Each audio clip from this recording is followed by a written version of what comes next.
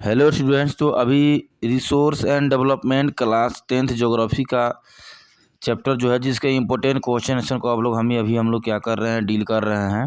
ठीक है, इस चैप्टर का ऑलरेडी पार्ट 1 जो है आपको अपलोड कर दिया गया है। अभी हम लोग पार्ट 2 शुरू कर रहे हैं। ठीक है, 5-10 क्वेश्चन है, आपके एग्जाम के पॉइंट ऑफ व्यू से काफ़ी इम्पोर्टेंट है।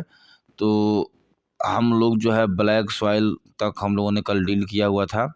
अब आगे बढ़ते हैं नेक्स्ट क्वेश्चन की तरफ, जो कि ध्यान से समझिएगा। Describe any 3 main characteristics of arid soil. यह क्वेश्चन है एरिड सॉइल का। आप 3 कोई क्वालिटी बता दीजिए। आपको 2 या 3 नंबर के मार्क्स के लिए काफ़ी इंपॉर्टेंट क्वेश्चन है।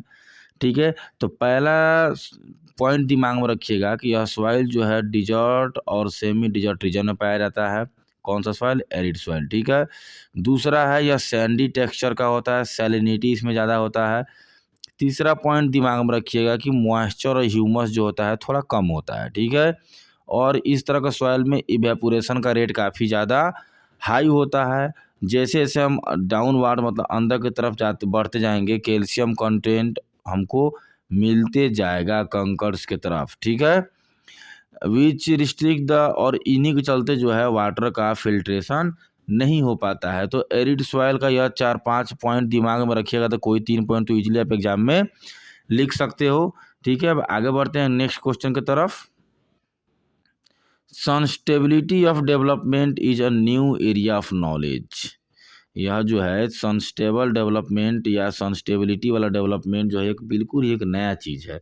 क्या आप इस चीज़ से एग्री हो? अगर एग्री हो तो जस्टिफाई कीजिए। ठीक है, तो इसको यह क्वेश्चन 100% एग्जाम के पॉइंट ऑफ व्यू से काफ़ी इंपॉर्टेंट है।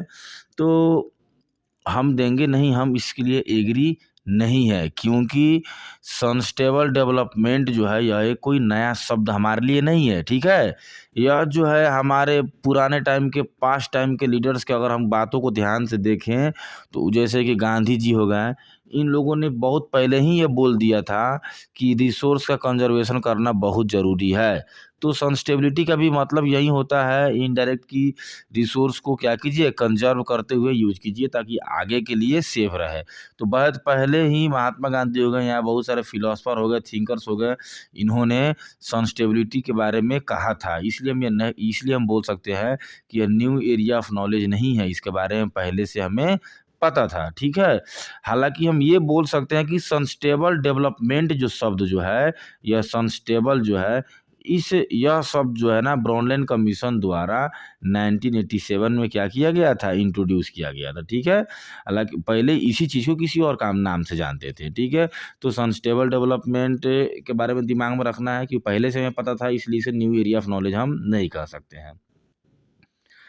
नेक्स्ट क्वेश्चन है आपका, रिन्यूएबल और नॉन रिन्यूएबल रिसोर्स में क्या करना है, हमको डिफरेंस करना है या उनको छांट देना है। ठीक है, तो सबसे पहले इस क्वेश्चन को आंसर देने से पहले क्या करेंगे, हम इंट्रोडक्शन ले लेंगे।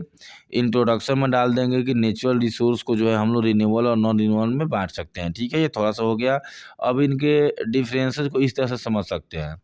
रिन्यूएबल लिखिएगा और उसमें लिखिएगा इसको हम रिन्यूअल कर सकते हैं। क्या कर सकते हैं? Replenished by nature in a short span of time. मतलब रिन्यूएबल रिसोर्स जो है नेचर द्वारा तो क्रिएट कर लिए जाते हैं कम समय में। ठीक है, और इस तरह का रिसोर्स जो होता है इनएग्जिक्यूटेबल होता है। मतलब कहने का सिस्टम यह होता है कि ख़त्म नहीं होगा। जैसे सोलर एनर्जी ले लो, वाटर ले लो। वाटर जो है आपको भले ये आप बोल सकते हो कि डर्टी हो सकता है, प्योर वाटर हो सकता है, लेकिन यह जो है नेचर में खुद से बनाया गया या पहले से अवेलेबल रिसोर्सेज हैं जिनको हम दोबारा बार बार यूज कर सकते हैं। Renewable resource can be divided, इसको हम लोग 2 भाग में बांट सकते हैं, कंटिन्यूअस और फ्लो। तो इस पॉइंट को आपने चैप्टर पढ़ा होगा, तो रिन्यूएबल रिसोर्स में ये पॉइंट्स आपको मिले होंगे। तो कहने के सेंस है, जब भी डिफरेंसेस पूछे ना किसी रिसोर्स के बारे में, अगर आप उसके बारे में एक्चुअली डिफरेंसन या फिर डिफरेंस नहीं कर पा रहे हो, तो उस रिसोर्स के बारे में 1 लाइन 2 लाइन 3 लाइन जो पता है उसको पॉइंट बना के कर दो। वही काम यहाँ किया गया है। सेम वही नॉन रिन्यूएबल में दिमाग में रखना है, ये भी नेचर द्वारा ही क्रिएट किए जाते हैं, बट ये बहुत लंबे समय लेते हैं। जैसे कि पेट्रोलियम ले लो, अगर मान लो पेट्रोलियम खत्म हो जाता है तो फिर वो दोबारा ऐसा नहीं है कि इंसान खुद बनाएगा, वो नेचर द्वारा ही बनेगा, लेकिन बहुत लंबा समय ले लेगा। समझ रहे हो ना? तो रिन्यूएबल रिसोर्स जो शॉर्ट टाइम में बात ही तैयार हो जाए नेचर द्वारा, नॉन रिन्यूएबल जो बहुत लंबा समय ले उसके बाद तैयार हो। उसके बाद जो है नॉन रिन्यूएबल रिसोर्स को हमको पता है कि हम रिसाइकल और नॉन रिसाइकल 2 कैटेगरी में बांट सकते हैं। 2 डिफरेंसेज यहाँ पे हो गए। अगला क्वेश्चन है the role of human resource in development. Development में ह्यूमन क्या कर सकते हैं, कैसा रोल प्ले कर सकते हैं, ठीक है। तो हम सबको पता है कि रिसोर्स को डेवलपमेंट के लिए सबसे अच्छा और बढ़िया कोई रिसोर्स है तो वो ह्यूमन रिसोर्स ही है। क्यों? क्योंकि टेक्नोलॉजी हो गया कि ना, टेक्नोलॉजी को डेवलप करके हम लोग क्या कर सकते हैं, नेचुरल रिसोर्स का यूज बहुत बेनिफिशियल अच्छा तरीक़ा से यूज कर सकते हैं। अगर मान लो नेचर में हमारा बहुत सारा रिसोर्स है तो उसको यूज करने के लिए जो दिमाग चाहिए, जो स्किल चाहिए, जो डेवलपमेंट चाहिए वो ह्यूमन ही कर सकते हैं। यही नहीं कि हमारा मशीन खुद से निकल कर डेवलपमेंट कर देगा, उसको यूज हम ही लोग करेंगे। इसलिए हम कह सकते हैं कि ह्यूमन को हम लोग क्या है, टेक्नोलॉजिकल एडवांसमेंट या फिर अपने स्किल डेवलप करके हम लोग क्या कर सकते हैं, रिसोर्स का काफ़ी यूजफुल तरीक़ा से यूज कर सकते हैं।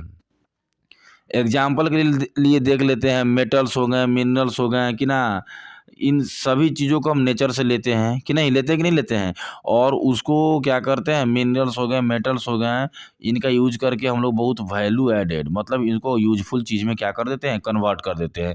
जैसे मान लो हमको सोना मिलता है नेचर से, क्या करते हैं, गोल्ड को हम लेते हैं और काफ़ी कह सकते हैं ये बढ़िया गहना में, ऑर्नामेंट्स में क्या कर देते हैं, चेंज कर देते हैं।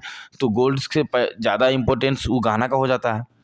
सेम वही चीज़ है, इसीलिए ह्यूमन का जो है डेवलपमेंट में काफ़ी ज़्यादा रोल है, क्योंकि अपना स्किल टेक्नोलॉजी का यूज करके जो है हम लोग डेवलपमेंट को आगे बढ़ा सकते हैं।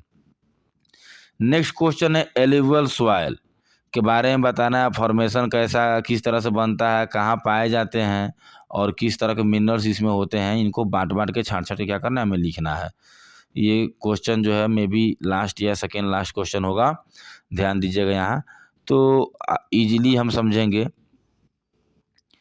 पहला है कि 2 लाइन एलुवियल सॉइल के बारे में लिखते हैं कि एलुवियल सॉइल को हम ऐसे डिस्क्राइब कर सकते हैं।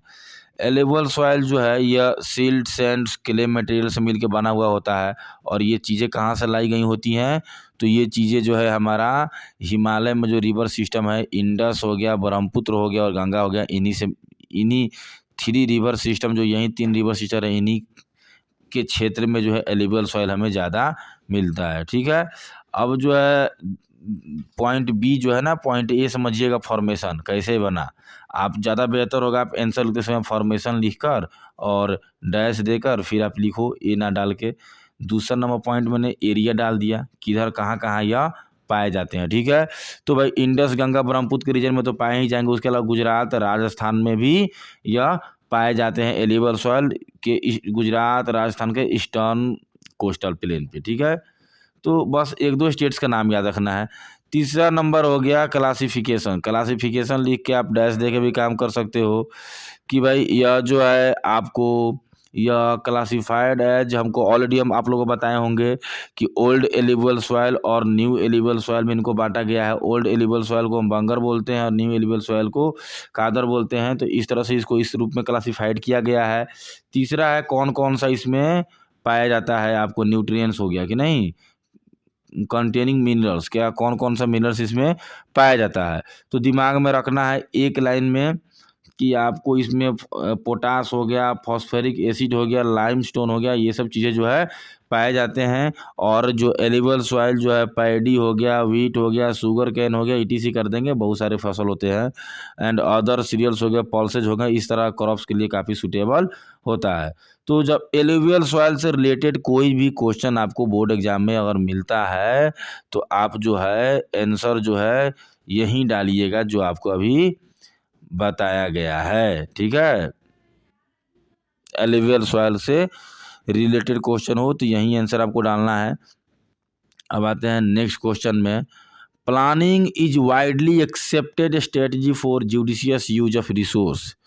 रिसोर्स का अगर कहा जाए, इंडिया में बहुत सारे रिसोर्स पाए जाते हैं, तो सभी रिसोर्सों को अगर ईमानदारी पूर्वक आपको यूज करना है, बढ़िया से यूज करना है, तो उसके लिए प्लानिंग करना बहुत ही इम्पोर्टेंट है। इस बात को आप जो है एग्जाम्पल या पॉइंट्स के माध्यम से एक्सप्लेन करके बताइए। ज्योग्राफी में ज़्यादातर क्वेश्चन ऐसे ही आपको मिलेंगे कि आप जस्टिफाई कीजिए या फिर उसको एग्जाम्पल के माध्यम से बताइए। तो इस तरह का जो भी क्वेश्चन 3 मार्क्स या 3 मार्क्स से ज़्यादा के हो, उनका आंसर लिखने से पहले सबसे बढ़िया होगा इंट्रोडक्शन देने के बाद आंसर लिखना शुरू कीजिएगा। इंट्रोडक्शन में आप क्या लिखिएगा, तो जैसे कि जुडिशियस रिसोर्स है तो रिसोर्स के बारे में 2 लाइन लिख सकते हो, या फिर प्लानिंग के बारे में 2 लाइन लिख सकते हो, ठीक है। या फिर कुछ समझ में नहीं आया तो जो स्टेटमेंट है उसको उतार देना। जैसे इंट्रोडक्शन में मैंने क्या दिया हुआ है, planning is widely accepted strategy for judicious use of resource in a country like India जैसे कंट्री में जो है प्लानिंग करके रिसोर्स का यूज करना बहुत ज़रूरी है। इसको जो है हम कुछ पॉइंट्स के माध्यम से समझ सकते हैं। पॉइंट्स देकर पहला बताया गया है कि इंडिया में रिसोर्स जो है ना, बहुत सारे रीजन्स ऐसे हैं जहाँ बहुत ज़्यादा कुछ किसी खास टाइप का रिसोर्स बहुत ज़्यादा पाया जाता है और बाकी रिसोर्स वहाँ नहीं पाए जाते हैं। जैसे कि दिया हुआ है दीज आर सम रीजन्स, मतलब नीचे जो एग्जांपल में कुछ रीजन्स के बारे में बताया गया है, जहाँ पे क्या है कि which can be considered self-sufficient in terms of ability of resource and there are some regions, मतलब कुछ रीजन्स हैं जहाँ रिसोर्स काफ़ी ज़्यादा पाए जाते हैं, कुछ रीजन्स ऐसे हैं रीजन्स जहाँ रिसोर्स काफ़ी कम पाए जाते हैं। तो आप ये पॉइंट से भी समझ सकते हो कि कहीं ज़्यादा पाया जाता है रिसोर्स, कहीं कम पाया जाता है। तो हम एक प्लानिंग के तहत चलेंगे तभी तो सबको एक साथ लेकर हम विकास कर सकते हैं, डेवलप कर सकते हैं। जैसे एग्जाम्पल यहाँ पे देखिए, जैसे कि हम झारखंड, छत्तीसगढ़ या मध्य प्रदेश का बात कर ले तो यहाँ पे जो मिनरल्स और कोल काफ़ी ज़्यादा पाए जाते हैं, लेकिन और सारे रिसोर्स नहीं पाए जाते हैं। तो यहाँ पे रिसोर्स है लेकिन टेक्नोलॉजी उस तरह का डेवलपमेंट नहीं है। सो यहाँ हमको टेक्नोलॉजी डेवलप करना होगा, मतलब ये मिनरल्स, कोल हो गए, इस तरह के रिसोर्स को यूज़ करने के लिए हमको प्लानिंग का आवश्यकता है। प्लानिंग करेंगे तभी समझ में आएगा कि हमको भाई इंफ्रास्ट्रक्चर डेवलप करना है। एग्जाम्पल में अरुणाचल प्रदेश को देख लीजिए, वहाँ वाटर रिसोर्स काफ़ी ज़्यादा पाया जाता है। तो वहाँ वाटर रिसोर्स ज़्यादा पाया जाता है, वहाँ भी यही प्रॉब्लम है, इंफ्रास्ट्रक्चर। वाटर रिसोर्स को यूज़ करने के लिए जिन जिन चीज़ों का हमको आवश्यकता है, हमने उसे उस तरह का डेवलप नहीं किया हुआ है। तो इन सब चीज़ों को जब तक हम प्लानिंग नहीं करेंगे तब तक ये जगह जो है डेवलप नहीं हो पाएगा, चाहे यहाँ कितना भी रिसोर्स हो। देखिए राजस्थान के बारे में एक और चीज़ दिया हुआ है कि यहाँ सोलर और विंड एनर्जी बहुत ज़्यादा पाया जाता है, लेकिन यहाँ वाटर एनर्जी उतना नहीं पाया जाता है। तो ज्यूडिशियस एक क्वेश्चन शब्द में था, ज्यूडिशियस मतलब ईमानदारी से, जहाँ जिस तरह का रिसोर्स का आवश्यकता हो वहाँ उस तरह के रिसोर्स का एबिलिटी हमको पहुँच बनाना होगा। तो कंक्लूजन क्या निकला इन पॉइंट को देखने के बाद कि प्लानिंग इज रिक्वायर्ड, कि नहीं, हमारे इंडिया में इतना डाइवर्सिटीज है, कहीं रिसोर्स ज़्यादा है कहीं कम है। सो उनको फुलफिल करने के लिए हमको प्लानिंग ज़रूरी है। नेक्स्ट क्वेश्चन में पहुँचते हैं।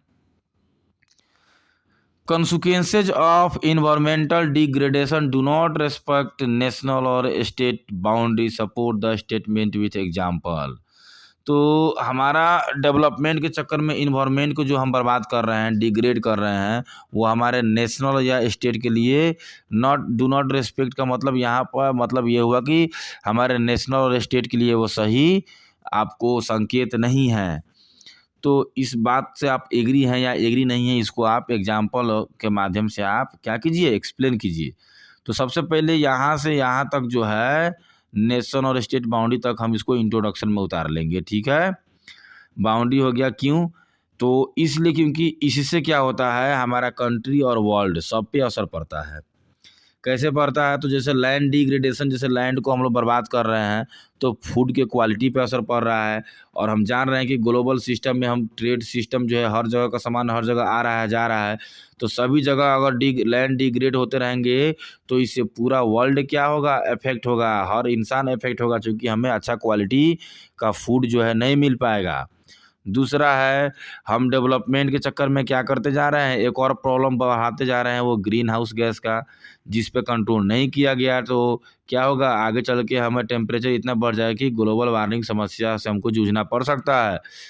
तीसरा है कि क्लोरोफ्लोरोकार्बन का मात्रा इतना हम बढ़ा रहे हैं जिससे ओजोन लेयर पर क्या हो रहा है, असर पड़ रहा है, लेयर का स्पेलिंग यहाँ पे गड़बड़ है, अब करेक्ट कर दिया जाएगा।